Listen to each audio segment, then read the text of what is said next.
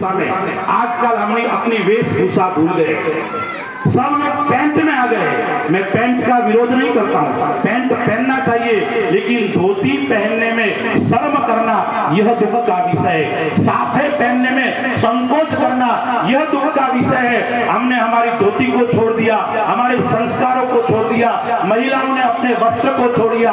स्वभाषा, यदि हमारे वहाँ क्या होता है, हम इंग्लिश मीडियम में बच्चे को पढ़ाता है, इंग्लिश वर्तमान की आवश्यकता है, लेकिन हिंदी को भूलना नहीं है। अब क्या हो रहा है, सबके पास में मोबाइल है, सबके घर के अंदर बड़े बड़े आइटम है। हमें अपने स्वदेशी को अपनाना पड़ेगा। हमारी देश से जो वस्तु निर्मित है उसको हमें अपनाना पड़ेगा। बंधु, हम अपनाते नहीं है। विदेश की वस्तु आते हैं ना तो बहुत फॉर्म में आ जाते हैं, अरे मैंने विदेश से मोबाइल लाया, विदेश से ये लाया। विदेश की वस्तु उपयोग कीजिए, कोई मना नहीं है मेरा, लेकिन उसमें भी ज्ञान होना चाहिए। आप चाइना की वस्तु उपयोग करते हो, आप अफगानिस्तान की उपयोग करते हो, आप पाकिस्तान की करते हो, तो हम गद्दार कहलाएंगे। क्यों कहलाएंगे? चाइना हमारे से पैसा कमाता है, किसको देता है? पाकिस्तान को शस्त्र देता है, और पाकिस्तान भारत के ऊपर हमला करता है। पैसा किसका? हमारा। मार किसको रहे? हमें। तो हम गद्दार हुए कि नहीं हुए?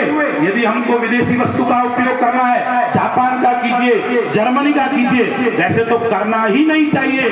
करना है तो हमें जापान और जर्मनी की वस्तु उपयोग करनी चाहिए। चाइना की वस्तु का यानी स्वदेशी को अपनाना पड़ेगा।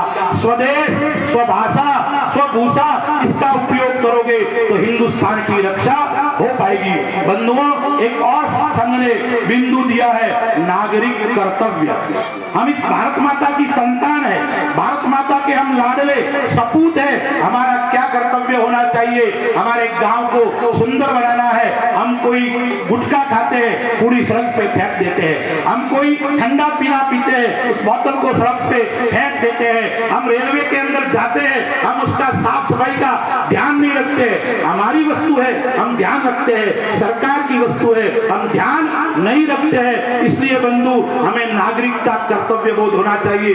ये देश की वस्तु है, वो भी मेरी है, और मेरी वस्तु है, वो भी मेरी है। इस बात का विशेष ध्यान रखना पड़ेगा। उसके बाद में पर्यावरण एक विषय दिया, क्योंकि आजकल पर्यावरण का हानि बहुत हो रही है। पेड़ कट रहे हैं, तालाब देखने को नहीं मिल रहे हैं, वृक्ष देखने को नहीं मिल रहा है। इसलिए हमें घर घर पर्यावरण को बचाने की आवश्यकता है। बंधुओं, ज्यादा मैं आपके सामने समय नहीं लूंगा। मैं तो एक ही कहूंगा, इतनी चुनौतियां हमारे सामने है, उस चुनौतियों का समाधान क्या है? आपको समाधान राम के उदाहरण से मैं बताता हूं। भगवान राम जब